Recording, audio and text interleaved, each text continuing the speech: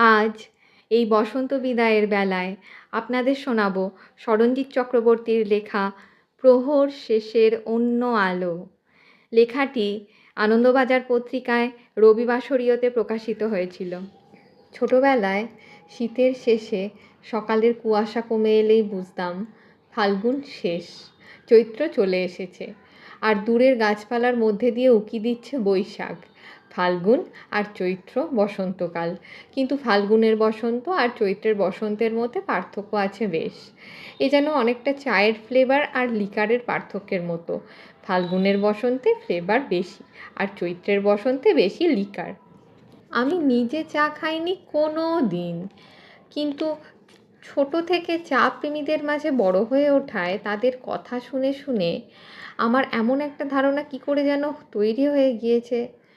মফস্বলের সেই ছোট্ট পাড়ায় আমাদের বাড়ির লোকেদের নিয়ে একটা মজা করা হতো। বলা হতো, কাক যেমন সকালে উঠে কা কা করে, তেমন আমাদের বাড়ির লোকজন নাকি সকাল হতে না হতেই চা চা করে। তবে আমি যেহেতু চিরকালই প্রহ্লাদ কুলে দৈত্য, তাই বাড়ির ধারার উল্টো হয়েছি। কোনো দিন চা খাইনি, কিন্তু শুনে শুনে ওই ধারণা হয়ে গিয়েছে। আমার ঠাকুরদার একটা দোকান ছিল। প্রাথমিকভাবে সেটা টেলারিং শপ হলেও পরে সেখানে লুজ, চায়ের পাতা, লজেন্স, বিস্কুট, চানাচুর ইত্যাদি সবই বিক্রি হতো। আর তাই এই চৈত্র এলেই শুনতাম স্প্রিং ফ্ল্যাশের চা এসেছে। দেখতাম আমার কুট্টি দাদু ধাতুর কুলোর মতো একটা পাত্রে চায়ের পাতা নিয়ে মেশাচ্ছে, আর তার বাদামি রেণু থেকে হাওয়ায় ছড়িয়ে পড়ছে এক আশ্চর্য গন্ধ। আমাকে আবিরের গন্ধ যেমন ফাল্গুন চেনাতো, তেমন ওই চায়ের গন্ধ বোঝাতো চৈত্র এসে গিয়েছে। ছোটোবেলায় অনেকের মতো আমিও বাড়িতে আঁকার স্যারের কাছে ছবি আঁকা শিখতাম। স্যার সিনারি আঁকার সময় জিজ্ঞেস করতেন কোন ঋতুর ছবি আঁকছি, কারণ সেই মতো রং বেছে দিতেন। হাতে ধরে শেখানোর চেষ্টা করতেন। অনেক কিছুর মতো আঁকতেও শিখিনি আমি, কিন্তু স্যারের বলে দেওয়ার পর আমি খেয়াল করতে শিখেছিলাম যে ফাল্গুন থেকে চৈত্র আস্তে আস্তে কীভাবে রোদের রং, গাছের পাতার রং বদলাতে শুরু করে। সব রঙই যেন গাঢ় হতে শুরু করে। হাওয়ার কেমন একটা বদল আসে। রোদ্দুর যা বলে, হাওয়া যেন তা বলে না। বড় হওয়ার পরে গ্রেট এক্সপেকটেশন পড়তে গিয়ে দেখেছিলাম চার্লস ডিকেন্স লিখে গিয়েছেন, "It was one of those March days when the sun shines hot and the wind blows cold, when it is summer in the light and winter in the shade." ছোটবেলায় এই সময় আমাদের morning school চলতো। সকাল 6:30টায় Newland বাস স্টপে আসতো নীল school bus. ঝকঝকে বড় রাস্তার দুদিকেই বড় বড় মাঠ, তাতে ছোট ছোট সাদা লাল কোয়ার্টার, সোজা রাস্তার গা ঘেঁষে সার দেওয়া কৃষ্ণচূড়া গাছ। এ সময় সেই গাছগুলোয় ঝেঁপে আসতো ফুল। সকালের নরম ঘাসে ছড়িয়ে থাকতো কুঁড়ি। আমরা সেই কুঁড়ি কুড়িয়ে নিতাম। তার ভিতরের পুংকেশরগুলো বার করে আমরা কাটাকুটি খেলতাম। চৈত্রের সেই সময়টা, এই খেলাটা আমাদের খুব প্রিয় ছিল। স্কুলের সবাই তো স্কুল বাসে করে আসতো না, আমরা কয়েকজন প্লাস্টিকের ব্যাগে করে কুড়িগুলো নিয়ে স্কুলে যেতাম। রেশমি দিয়ে আড়ালে বলতো, আমাকে কয়েকটা এক্সট্রা দিস তো, অরিন্দমকে দেব। অরিন্দম মানে অরিন্দম মুখার্জি। আমরা স্কুলে মুখোপাধ্যায় বলতাম না তখন। অরিন্দম দাকে দেখতে দারুণ ছিল, ব্যবহারও ছিল খুব ভালো, সঙ্গে ফুটবলটাও খেলতো দুর্ধর্ষ। ম্যাচের সময় অরিন্দম দা আর কৃষাণু দা যদি আমাদের টিমে থাকতো, তাহলে কেউ আমাদের হারাতেই পারতো না। ছোট্টখাট্ট চেহারার কোকড়া চুলের কৃষাণু গুহকে সবাই ছোট্ট কৃষাণু বলতো। তার এমন আশ্চর্য স্কিল ছিল ওই বয়সে যে লোকে হাঁ করে তার খেলা দেখতো। এই দাদাদের পাশাপাশি চৈত্র মাস এলে আজও আমার মনে পড়ে সমাধির কথা। সমাধি হলো আমরা যে বাড়িতে ভাড়া থাকতাম সেই বাড়ির বাড়িওয়ালা জেঠু আর মামামের মেয়ে। আমাদের ছোটদের কী যে ভালোবাসতো সমাধি। বৈশাখে পাড়ার গানের প্রোগ্রাম হবে, তার জন্য চৈত্র থেকে শুরু হতো রিহার্সাল। সমাধি হারমোনিয়াম বাজিয়ে গাইতো, ফাগুন প্রাতের উতলা গো, চৈত্র রাতের উদাসী, তোমার পথে আমরা ভেসেছি। গাইতো, আমি পথ ভোলা এক পথিক এসেছি। পয়লা বৈশাখে দেবে বলে সমাধি আমাদের ছোটদের জন্য নিজের হাতে কার্ড তৈরি করত। আমরা সবাই অপেক্ষা করতাম দেখার জন্য যে কার জন্য কেমন কার্ড বানালো সমাধি। সেই অপেক্ষার আনন্দ লিখে বোঝানোর নয়। আবার আর এক রকম অপেক্ষাও ছিল। তনুদা সেই অন্য রকম অপেক্ষা করত লালিদির জন্য। লালিদি তনুদার চেয়ে বয়সে বছর 4 বড় ছিল। তনুদা ছিল ফুটবল পাগল। কলেজ পাশ করে এমএতে ভর্তি না হয়ে কাঠগোলা বয়েজ ক্লাবের সঙ্গে খেলার মাঠে মাঠে ঘুরে বেড়াতো। না, তনুদা নিজে খেলতো না, কিন্তু টিমের কাছে অপরিহার্য ছিল ও। গোটা টিমকে নিয়ে যাওয়া, তাদের জন্য বাস জোগাড় করা, ট্রেনের টিকিট কাটা, খেলার সময় লেবু, জল, চিনি, উইন্টোজেনো, বরফ গুছিয়ে রাখা, সব ছিল তনুদার দায়িত্ব। এমনকি রেফারি, লাইন্সম্যানের সঙ্গে ঝগড়া করা, দরকারে মারামারি করাও ছিল তনুদারই দায়িত্ব। কাঠগোলা বয়েজকে সবাই কেজিবি বলতো, আর কেজিবি মানেই ছিল তনুদা। উল্টো দিকে হাসি খুশি লালিদি চাকরি করতো সরকারি অফিসে। দারুণ ছাত্রী ছিল লালিদি, সঙ্গে তেমন সুন্দরী, আমাদের মফস্বলের পারভিন বাবি। তনুদাদের বাড়ির সঙ্গে লালিদিদের বাড়ির সম্পর্ক ছিল খুব ভালো, আর তনুদা লালিদির মধ্যেও ইয়ার্কি খুনসুটি চলতো সারাক্ষণ।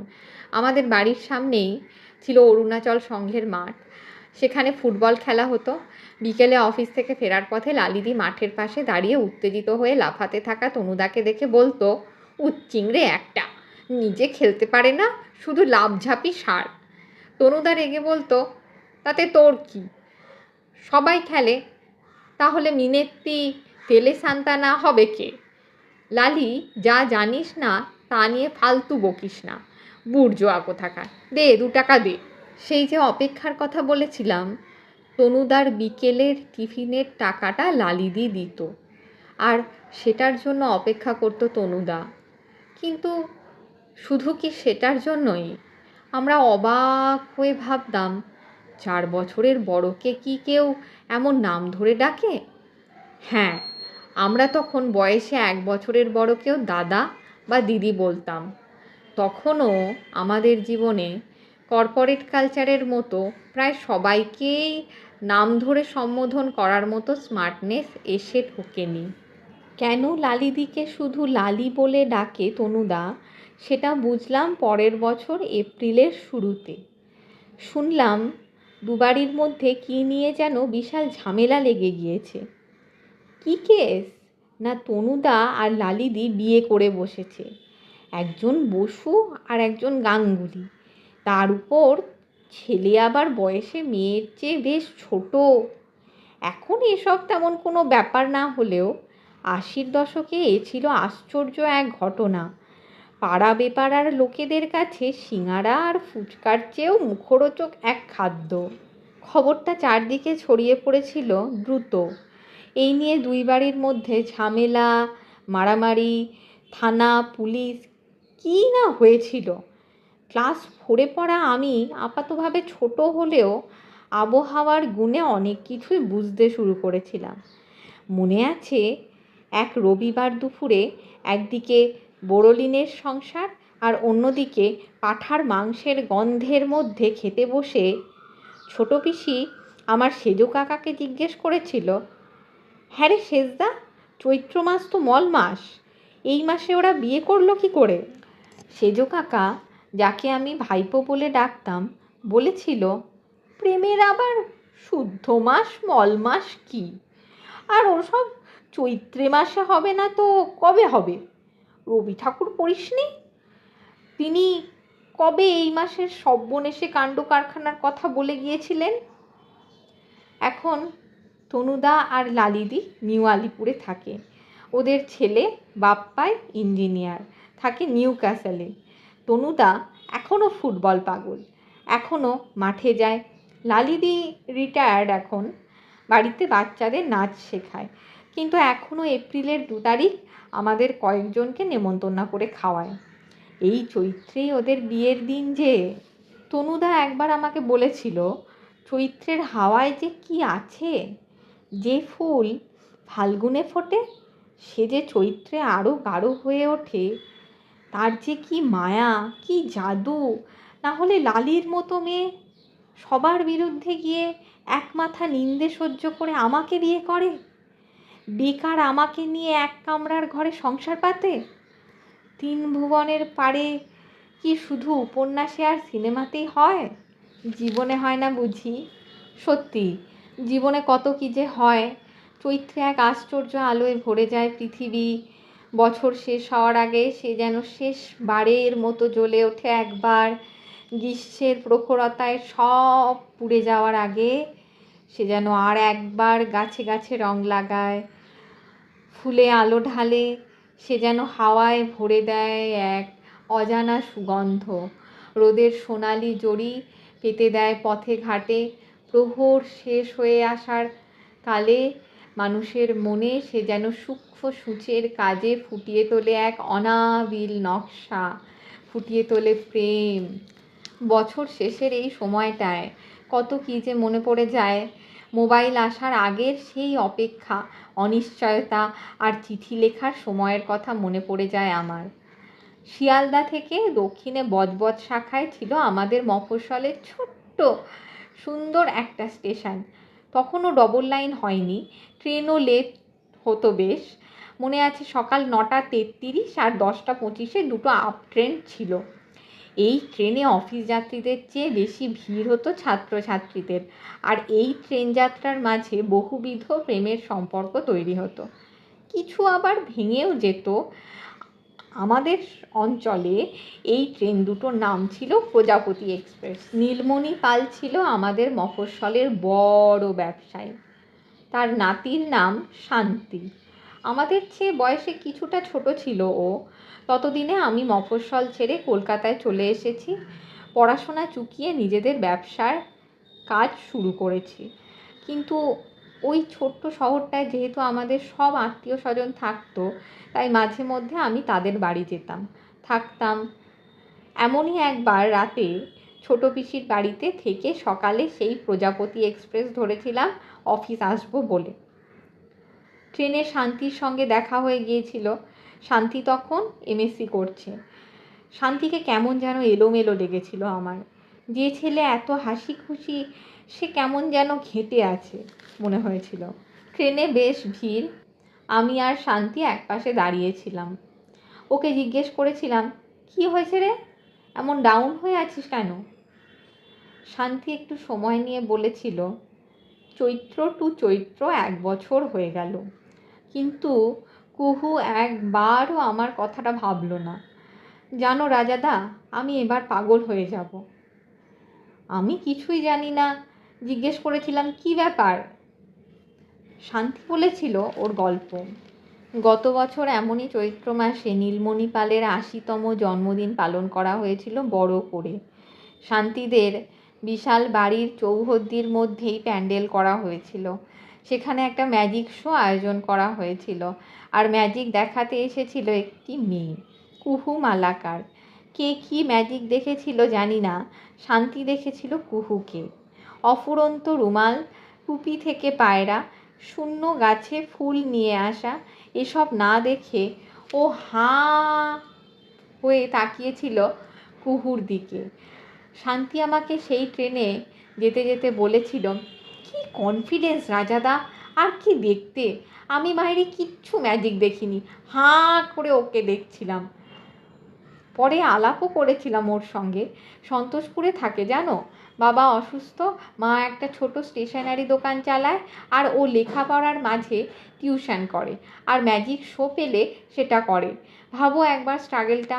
দেখা মাত্র প্রেমে পড়ে গিয়েছি আমি। দেখা মাত্র, অ্যাট ফার্স্ট সাইট। আমি অবাক হয়েছিলাম। শান্তি বলেছিল, হ্যাঁ গো, জানি বিশ্বাস করবে না, কিন্তু সত্যি বলছি। আসলে ভূত দেখা আর লাভ অ্যাট ফার্স্ট সাইট যার সঙ্গে হয়, সে ছাড়া অন্য কেউ বিশ্বাস করে না। ওকে বলেছিস? বহুবার, কিন্তু আমাকে পাত্তাই দিচ্ছে না। বড়লোকের বখাটে ছেলে ভাবে আমাকে, বলে আমার নাকি দায়িত্ববোধ নেই, আমি প্রেম বুঝি না, জীবন বুঝি না। জীবন কি ফিজিক্সের থিওরি যে বুঝবো? জীবন তো একটা ধারা, একটা স্রোত, তার মধ্যে দিয়ে যেতে যেতে অভিজ্ঞতা হবে, তাই না? 1 বছর হলো জানো, এবারও আমরা দাদুর জন্মদিন করেছিলাম, ওকে ডাকাও হয়েছিল, ও আসেনি। বলে আমি নাকি ওকে স্টক করছি, আমি নাকি লম্পট। এসব শুনে বাবা আমাকে হেব্বি কেলিয়েছে। 23 বছরের ছেলেকে কেউ মারে? তাও আমি মার খেয়েছি কুহুর কথা ভেবে, কিন্তু ও কিছুতেই হ্যাঁ বলছে না। আমি বলেছিলাম জোর করলে হয় না, ভালোবাসা আসার হলে এমনি আসে, ধমকে বা বায়না করে কি গাছে ফুল ফোটাতে পারবি? এও তেমন। কিন্তু গাছের তো মন নেই, মানুষের তো আছে। আমি যে এমন ডেডিকেশন দেখাচ্ছি সেটা কিছু নয়, মানুষ হিসেবে ও কি বুঝবে না? হাজার হাজার চৈত্র মাস কাটুক, আমি দেবার দিয়ে যাব, দেখো বছর শেষ হলেও আমার ভালোবাসা শেষ হবে না। আমি আর কিছু বলিনি। প্রেমে পড়লে মানুষ অনেক কিছু ভাবে, করে, সেসব নিয়ে কিছু বলার মানে হয় না। আমিও বলিনি। টালিগঞ্জ আসায় নেমে পড়েছিলাম, তারপর কাজের আবহে ভুলেও গিয়েছিলাম শান্তির কথা। 1 বছর কেটেও গিয়েছিল। অফিসে পয়লা বৈশাখে গণেশ পুজো হতো আমাদের। চৈত্র সংক্রান্তির দিনে সবাই মিলে অফিস পরিষ্কার করতাম। আমার ধুলোয় অ্যালার্জি হলেও সবার সঙ্গে নাকে রুমাল বেঁধে কাজে হাত লাগাতাম। কাজের সঙ্গে হই হুল্লোড়ের আনন্দটা ছিল ফাউ। আমাদের কাজ প্রায় শেষ হয়ে এসেছে এমন সময় বিকেলের দিকে অফিসের লাইনে ফোনটা এসেছিল। তখনও মোবাইল আসেনি, আমি ফোনটা ধরেছিলাম। এক দাদা ফোন করেছিল, আর তারপর যা বলেছিল শুনে আমি হতভম্ব হয়ে গিয়েছিলাম। সামনের বৈশাখে কুহু মালাকারের বিয়ে ঠিক হয়েছে। না, শান্তির সঙ্গে নয়, অন্য কারো সঙ্গে। আর সেই সংবাদ মেনে নিতে পারেনি আমাদের শান্তিময় পাল। নিজের ঘরে সিলিং ফ্যান থেকে ঝুলে পড়েছে গত রাতে, আর রেখে গিয়েছে একটা কাগজ, তাতে শুধু লেখা ভ্যানিশ। অফিসের বাইরে বেরিয়ে এসে একা দাঁড়িয়েছিলাম আমি। দেখেছিলাম উঁচু উঁচু বাড়ির মাথার উপর রাঙা হয়ে ছড়িয়ে আছে প্রহর শেষের সর্বনাশা আলো, আর তাতে ডুবে ভেসে পাখিরা ফিরছে বাসায়। চৈত্রের সঙ্গে বছরও শেষ হয়ে আসছে, আর এরই মাঝে আমাদের শান্তিময় পাড়ি দিয়েছে অনন্তের পথে। কলকাতায় এসে বসবাস শুরু করার পরে ঋতু পরিবর্তনের ব্যাপারটা অনেক পাল্টে গিয়েছিল। আমাদের হুগলি নদীর গা ঘেঁষা মফস্বলে আমরা যেমন ঋতু পরিবর্তনটা বুঝতে পারতাম, কলকাতায় এসে সেটা অনেক সীমিত হয়ে গিয়েছিল, সেই কামুর লেখার মতো যেন অনেকটা। এখানে দোকানে ফুল এসে পৌঁছলে যেন বসন্ত বোঝা যায়। In the city, the only way to know that spring is here is to see the influx of the flowers in the markets. শহরের রূপলি রঙের টিনের শরীরওয়ালা বাস আর হলুদ কালো ট্যাক্সির ধোঁয়ায়, বা রাস্তার মাঝে ঘাস বোনা আইল্যান্ডের উপর দিয়ে ঘর ঘর শব্দ চলে যাওয়া ট্রামের ঘণ্টার আওয়াজের মাঝে গ্রীষ্ম, বর্ষা আর শীত ছাড়া বাকি 3টে ঋতু বা তার সঙ্গে যুক্ত বাংলা মাসের আসা যাওয়া আমরা সেভাবে টেরই পেতাম না।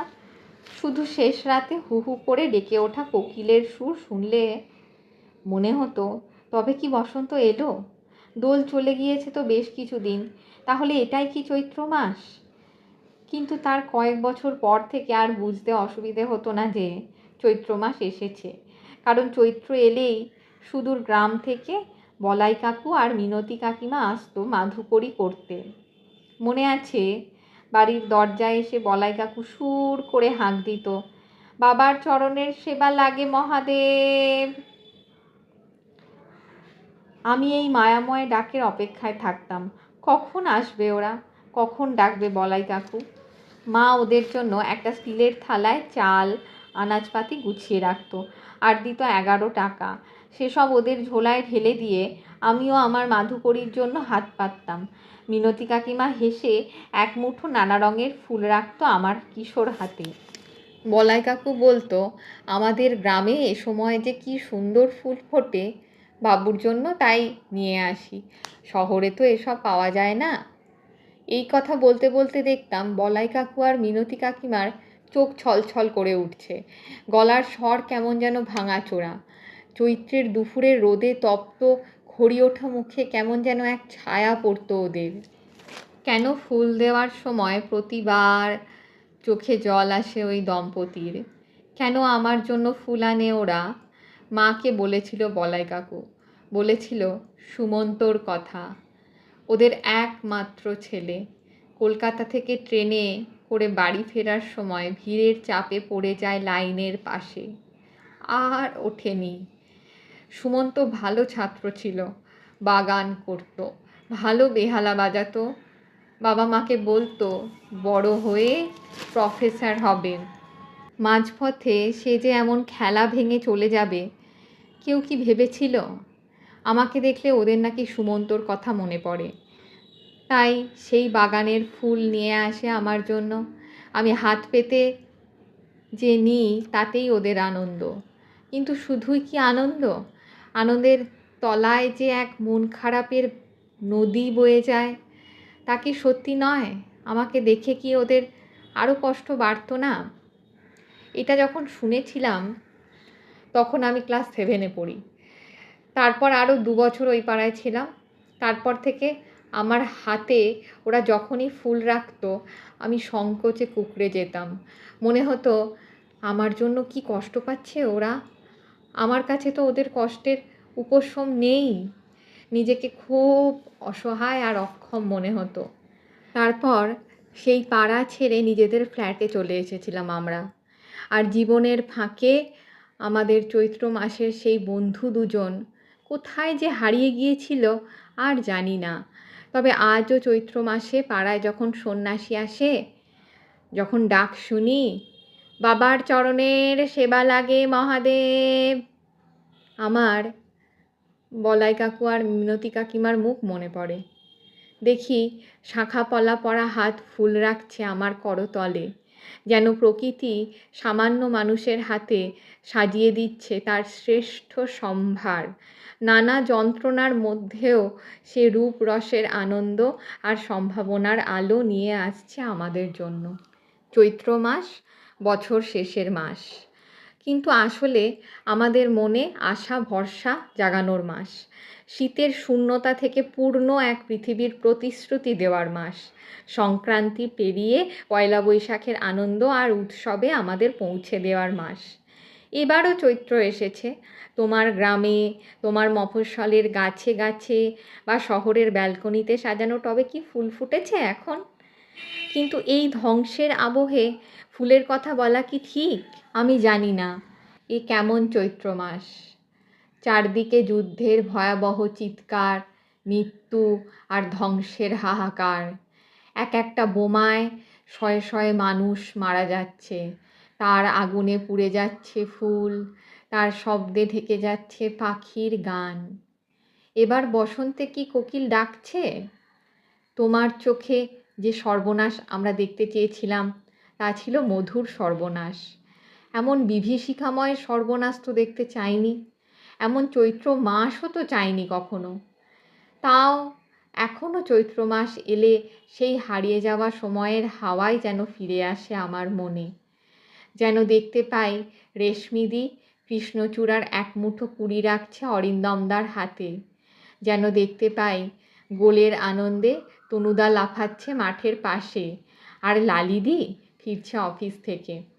পাগল হাওয়ায় তার ওড়না উঠছে সমান্তরাল।